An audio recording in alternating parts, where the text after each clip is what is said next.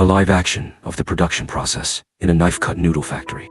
First, workers pour 100 kilograms of flour into the mixer.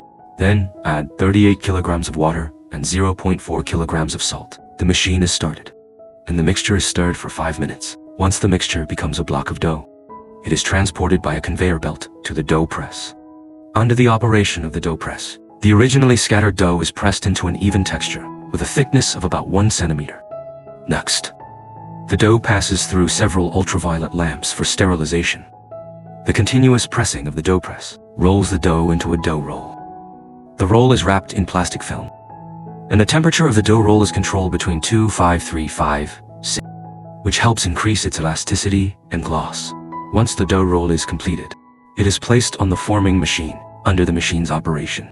The dough is quickly divided into noodles about the width of a finger. Workers then evenly arrange the noodles on bamboo sieves and transport them outside for drying for a period of time. During this process, workers need to turn the noodles over. When the moisture content reaches 10% to 13%, the knife-cut noodles can be collected and packaged. 3 key factors affect the shelf life. First, hygiene is crucial. The factory's purification plan must be done well, and strict requirements are placed on workers for disinfection. Only after dust removal and sterilization in the air shower room can they enter the production workshop to begin work.